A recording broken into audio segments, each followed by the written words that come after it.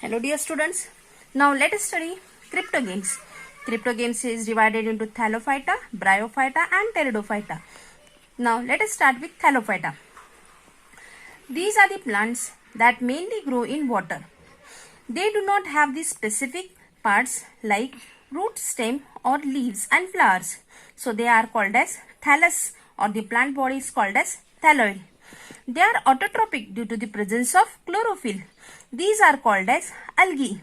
Algae show great diversity, that is, they may be unicellular or multicellular, that is, they can be microscopic or very large, that is megascopic.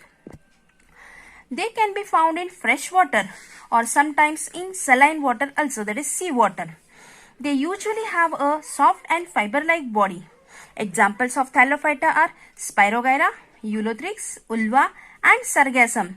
Various types of fungi like yeast and molds which do not have chlorophyll are also included in this group. Now let us see the diagram of Spirogyra, Ulva, etc. Now the next group is Bryophyta. Bryophyta are called amphibians of plant kingdom. Amphibians means living on land and also in water. These grow on moist soil, that is on land, but for fertilization, water is needed for the reproduction process. They also have the plant body like thalloid.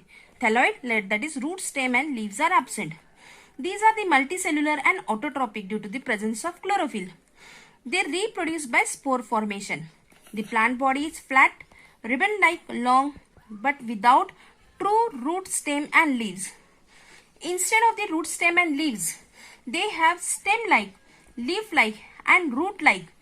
Root-likes are called as rhizoids.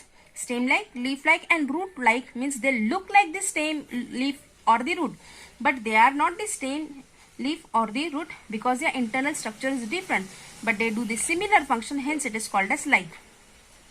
They do not have specific tissue for conduction of food and water as they are very small. Examples are moss, that is Funaria, Markensia, Anthoceros, Rixia, etc. Now let us see the diagram. After Thallophyta and Bryophyta, the next group is Pteridophyta. These plants have well-developed roots, stem and leaves. Before this we have seen no true roots, but these are the true roots, stem and leaves. They have separate tissue for conduction of food and water as these are little bit larger plants. But they do not bear flowers and fruits and hence included in cryptogames. They reproduce with the help of spores formed along the back or posterior surface of their leaves. Examples are ferns like Nephrolepis, Marsilia, Pteris, Adiantum, Equisetum, Selaginella and Lycopodium. These plants reproduce asexually by spore formation and also sexually by zygote formation. They have well-developed conducting system, that is xylem and phloem is present. Now we have studied Thallophyta, Bryophyta and Pteridophyta. These all, Thallophyta, Bryophyta and Pteridophyta, all reproduce by spore formation. So they are called as cryptogames. That is, their reproductive organ cannot be seen.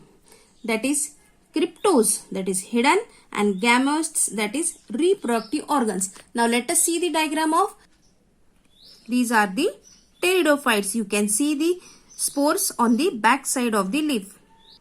So here we have seen the cryptogames includes Thallophyta, Bryophyta and Pteridophyta. Thank you.